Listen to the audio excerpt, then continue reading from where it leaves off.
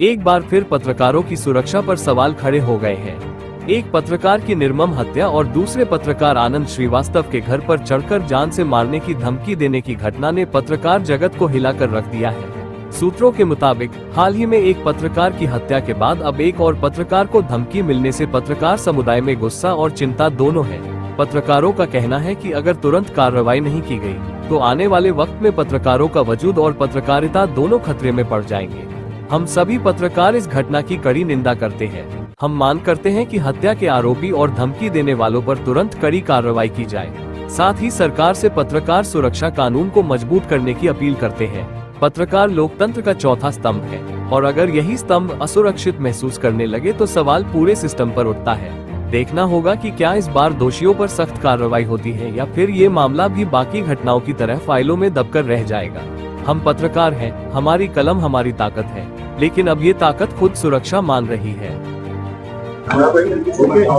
आज दिनांक 23 अक्टूबर को शाम को हर्षोवी के पास में ये घटना की सूचना प्राप्त हुई थी कि एक व्यक्ति लक्ष्मीकांत उर्फ पप्पू जिनके ऊपर कुछ बदमाशों के द्वारा हमला करके धारदार हथियार से घायल किया, जिसके बाद उपचार के लिए उनको तत्काल SRN हॉस्पिटल लाया गया। इसमें उपचार के दौरान जो घायल थे उनकी मृत्यु हुई और इसी में जो वहाँ घटनास्थल से साक्ष्य कलेक्ट किए गए, जो विटनेसेस थे या आसपास लोग मौजूद थे उनसे बातचीत की गई और तमाम जो सर्कमस्टेंसेस थे उसकी जानकारी की गई। तो ये ज्ञात हुआ कि आरोपी विशाल के द्वारा ये घटना कारित की गई अपने कुछ सहयोगी के साथ में। फिलहाल जो मुख्य आरोपी था विशाल, उसके द्वारा कुंदाबाद क्षेत्र से मछली बाजार से ये चाकू खरीदा गया, जिससे उसके द्वारा मृतक पर धारदार हथियार से उसी चाकू से हमला किया गया और फिलहाल दबिश में जो विशाल है आरोपी, उसके पुलिस मुठभेड़ में उसको अरेस्ट किया गया है और मुठभेड़ में उसके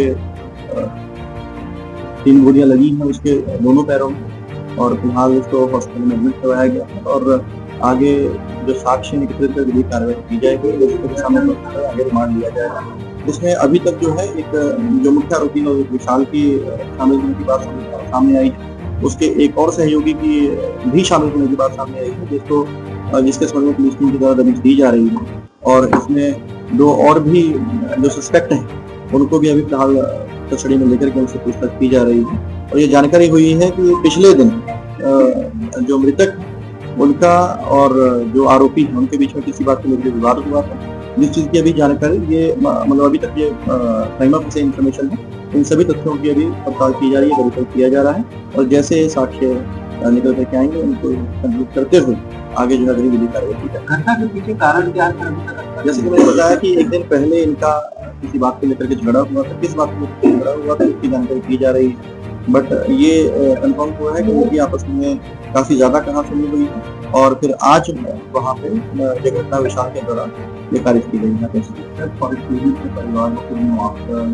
ये वो जो भी हमारा जो विधिक कार्रवाई है उसको पूरी तरह अमल में लाया जाएगा। हमारा डेफिनेटली ये दुर्भाग्यपूर्ण घटना है, हमारी सहानुभूति के साथ में ये डिपार्टमेंट गवर्नमेंट ऑर्गेनाइजेशन पूरी तरह से हर संभव सहायता करा।